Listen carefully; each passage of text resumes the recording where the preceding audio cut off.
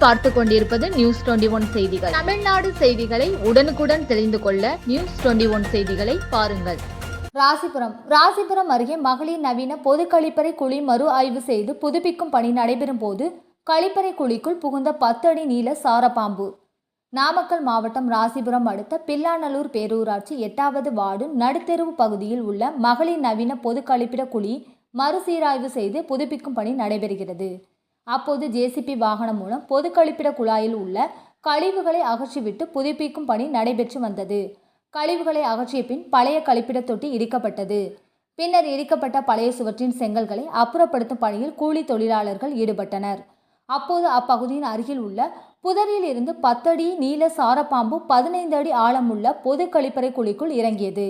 அதை கண்ட தொழிலாளிகள் பதறிக்கொண்டு மேலே ஏறி சென்றனர்.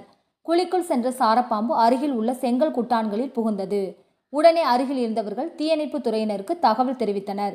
தகவல் அறிந்து சம்பவ இடத்திற்கு விரைந்து வந்த தீயணைப்பு துறையினர் அங்குள்ள செங்கல் கற்களை அப்புறப்படுத்தி பின்னர் பதுங்கியிருந்த 10 அடி நீள சாரப்பாம்பை பிடித்து வனப்பகுதியில் விட்டனர். இதனால் அப்பகுதியில் சிறிது நேரம் பரபரப்பு ஏற்பட்டது. நியூஸ் 21 செய்திகளுக்காக செய்தியாளர் சீனிவாசன்.